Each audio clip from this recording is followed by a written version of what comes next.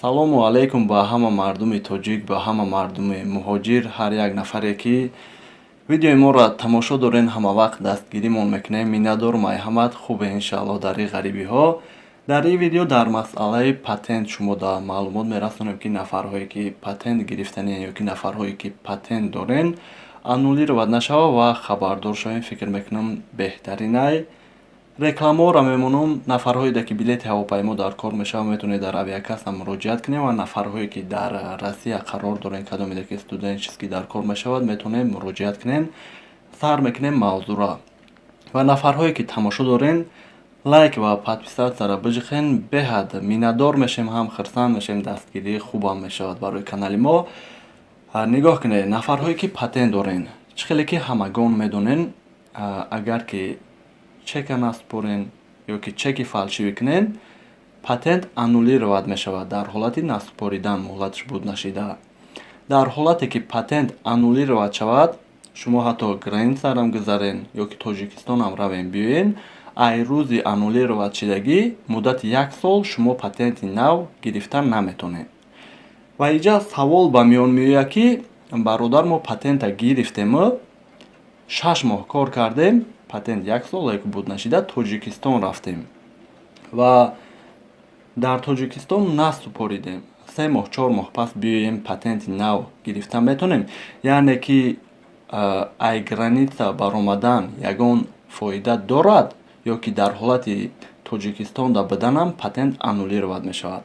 Дар ин ҳолат ҳам мегӯем патент аннулировад мешавад.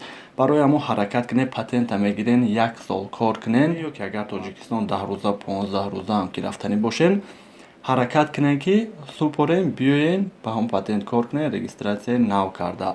Барое ки агар дар Тоҷикистонам ки бошен, насупорен, патент аннулировад мешавад. Бигӯем ки мебинем ки бисёриҳо меоянд, дар он вақт намегӯянд, мерен даводав мекунед, расход мекунед, патентам месупоре вале гирифта наметавонанд. Бисёриҳо оли хабардор нестанд ки кадом сабаб патент наводиста бошанд. Бале дар байн шояд чида боша ҳолатҳое ки мераванд мебиёянд, патент мекунанд, 3 моҳ меистанд, бо мераванд мебиёянд, бо мегиранд. Ин хел ҳолатҳоро мешавад, вале охири вақтҳо чӣ хеле ки мебинен сахттар қабидагӣ. Барои ҳамо эҳтиёт боше, ҳаракат кунед, аннулировад нашавад. Ва масъалаи уведомления чандин видеоҳо кардагем. Ба ҳар ҳол то ҳозир видео мекунем, мегӯянд ки чӣ хел уведомления кунем. Ҳатто дар ҳамин номерҳои коримонам чандин нафарҳо ки ай рӯи уведомления накардан патентҳошона аннулировад кардиянд.